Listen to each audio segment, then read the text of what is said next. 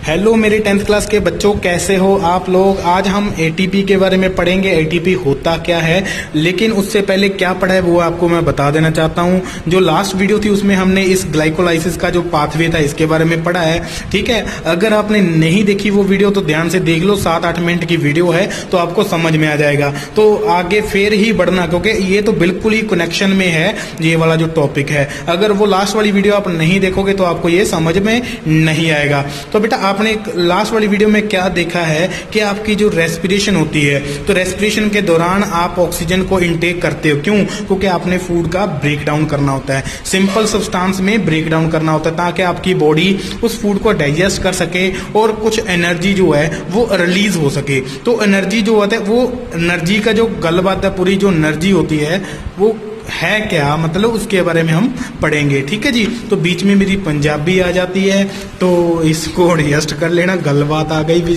बीच में मेरी, ठीक है। तो पढ़ते हैं, देखते हैं बेटा। ये ऐसा पहली बार नहीं हुआ, बहुत बार हो चुका है मेरे साथ।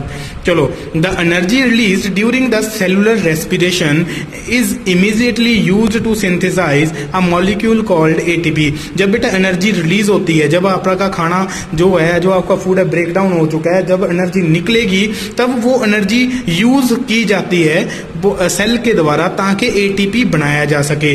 अब ये एटीपी है क्या, ये चक्कर है क्या एटीपी का, तो बेटा आपको बताना चाहता हूं। जो आपकी बॉडी है वो डायरेक्ट एनर्जी को यूज नहीं करती। अब वो एनर्जी लगती किस बात के लिए, जब आपने खाना खाया उसमें से एनर्जी निकलती है तो पहले वो एटीपी बनाएगा। अब एटीपी क्या होता है? एडिनोजाइन ट्राइफॉस्फेट होता है। एडिनोजाइन ट्राइफॉस्फेट इस एटीपी की फुल फॉर्म होती है। एडिनोजाइन का मैं अगर आपको पूरे स्पेलिंग बताऊं, ADINOSINE, adenosine triphosphate.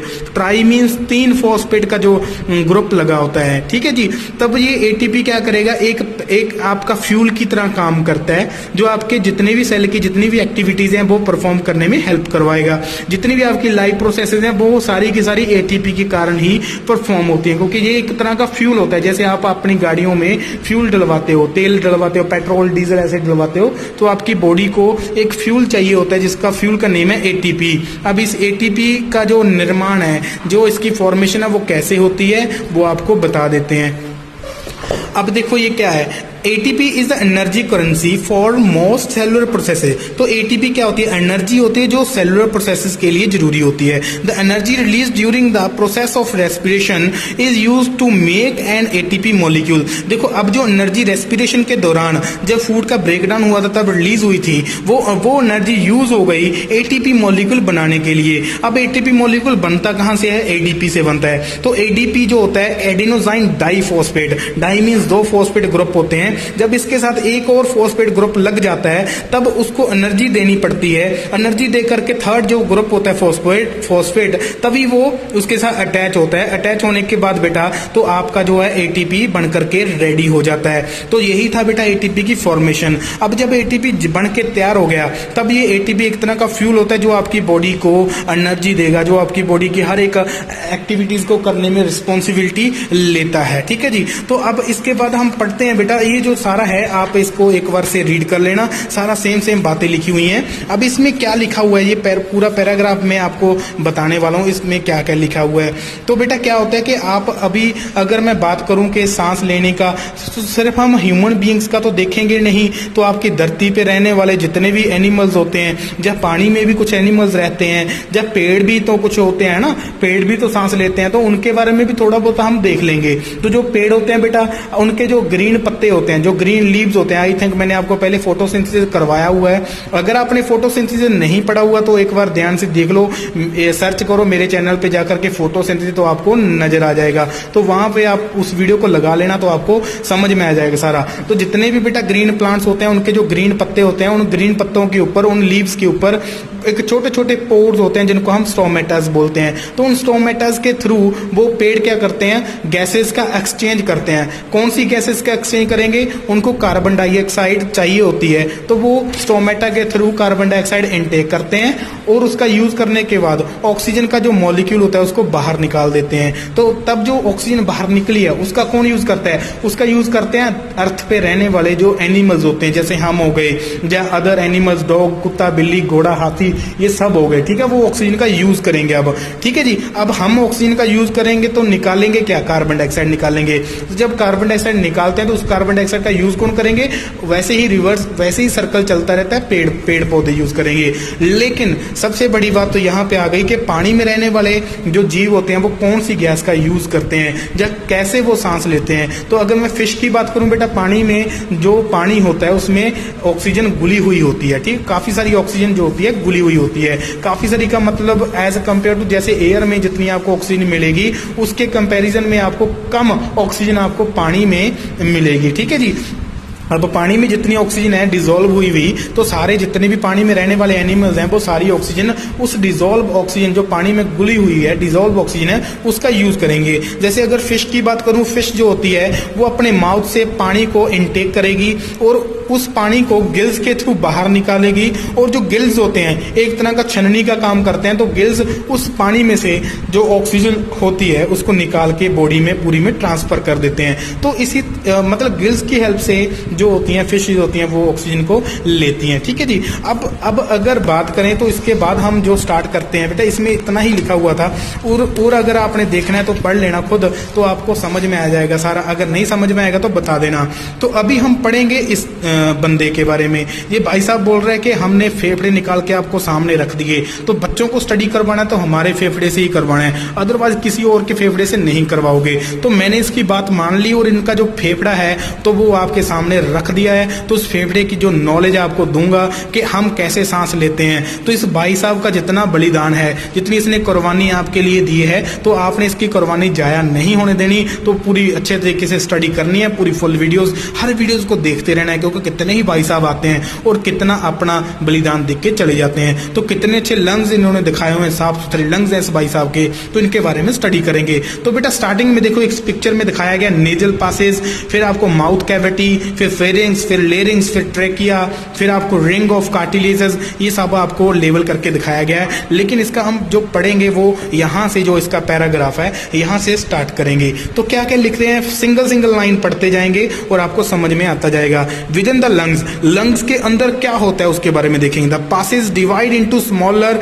And smaller tubules which is finally terminate in balloon like structures which is called alveoli. अब क्या बोल रहे हैं कि जो लंग्स होते हैं, लंग्स के अंदर अब एल्वियोलीज होती हैं। एल्वियोली अगर दिखाऊं, ये वाली एल्वियोलीज होती हैं, ठीक है। मान लीजिए पूरे का पूरा फेफड़ा है, अब इस फेफड़े में से छोटा सा पार्ट इन्होंने ये बड़ा करके दिखाया हुआ, इसमें क्या होती हैं, एल्वियोलीज। ऐसी बैलून लाइक स्ट्रक्चर जब बहुत सारी मिलती हैं तब एक फेफड़ा बनता है आपका, ठीक है जी। तो ये फेफड़ा बोल रहा हूं, तो लंग्स आप कर लेना आइडियाज, ठीक है जी। हाँ, the alveoli provide a surface area. अब देखो, अब ये जो बैलून लाइक होती हैं एल्वियोली, ये क्या करती हैं, सरफेस एरिया प्रोवाइड करती हैं। सरफेस एरिया मतलब जगह प्रोवाइड करती हैं ताकि जो गैसेस का एक्सचेंज अच्छे तरीके से हो सके। तो कौन सी गैसेस का एक्सचेंज होगा बेटा, कार्बन डाइऑक्साइड और ऑक्सीजन का होगा। ऑक्सीजन अंदर जाएगी और कार्बन डाइऑक्साइड इन एल्वियोली के थ्रू आपके नाक के होते हुए बाहर आ जाएगी। तो wall of alveoli contains an extensive network of blood vessels. अब एल्वियोली जो होती है बेटा जी, जो एल्वियोली है, अब इसके साथ ब्लड वेसल्स का कनेक्शन भी होता है, ब्लड वेसल्स लगी होती हैं, ठीक है, चारों ओर इसके ब्लड वेसल्स का नेटवर्क होता है, ताकि जब इसके अंदर ऑक्सीजन आती है तो जो ब्लड वेसल्स होते हैं उसके अंदर ब्लड होता है, तो ब्लड ऑक्सीजन को कैरी करके पूरी बॉडी में ले जाए, ठीक है जी। आगे क्या लिख रहे हैं, as we have seen in earlier year when we breathe in we lift. मैं बेटा सही बोल रहा हूँ, हाँ सही बोल रहा हूँ। We lift our ribs and flattened our diaphragm। बेटा जब आपने देखो, ये वाला डायफ्रागम होगा, नीचे वाला जो एरिया होता है उसको डायफ्रागम बोलता है, जिसपे ये पूरी चीज सेट हुई है, ठीक है, ये डायफ्रागम है, ठीक है। तो अगर मैं बात करूं बेटा, नॉर्मल सी बात कर रहा हूं, अगर मान लो आप अगर बैठे हो बेटा, अभी आप ना जोर से सांस लेके देखो। अगर आप जोर से सांस लेते हो तो आपको पता चलेगा जो आपकी रिब्स होती हैं वो अपर साइड आ जाती हैं, मतलब वो फूलना स्टार्ट कर जाती हैं, मतलब क्योंकि अब अंदर जो लंग्स होते हैं, आपका जो फेफड़ा है वो फूलना स्टार्ट होगा, उसके अंदर एयर आना स्टार्ट हो गई। जब एयर आएगी तो फेफड़ा फूलेगा, फूलने के कारण जो रिब्स होती हैं, ऊपर वाली रिब्स है, ये भी अपना एरिया एक्सपेंड करेंगे। तो बेटा यही बताया गया है, जब आप सांस लेते हो तो ऑक्सीजन बहुत मात्रा में अंदर आ जाती है। तो एल्वियोली के के अंदर जब पूरी की पूरी ऑक्सीजन जे एल्वियोली जब पूरे फिल हो जाते हैं, गवारे जो ये गवारे बैलून लाइक स्ट्रक्चर होती है, जब इसके अंदर पूरी ऑक्सीजन आके फिल हो जाती है, देखो पहले ऐसे था, जब ऑक्सीजन आ गई तो अब ये ऐसे फूल जाता है। तब क्या होता है, ब्लड वेसल जो इसके साथ अटैच थी तो वो पूरे का पूरा ब्लड उन ऑक्सीजन को लेकर के पूरी बॉडी में ट्रांसपोर्ट कर देता है, जिसके कारण जो कार्बन डाइऑक्साइड होती है पूरी बॉडी में जितनी कार्बन डाइऑक्साइड जमा हो जाती है वो ब्लड दोबारा से फिर उस कार्बन डाइऑक्साइड को इकट्ठा करके एल्वियोली के पास आकर के छोड़ देता है और एल्वियोली उसको वापस रिवर्स अपने नोज के थ्रू बाहर निकालने में हेल्प करती है।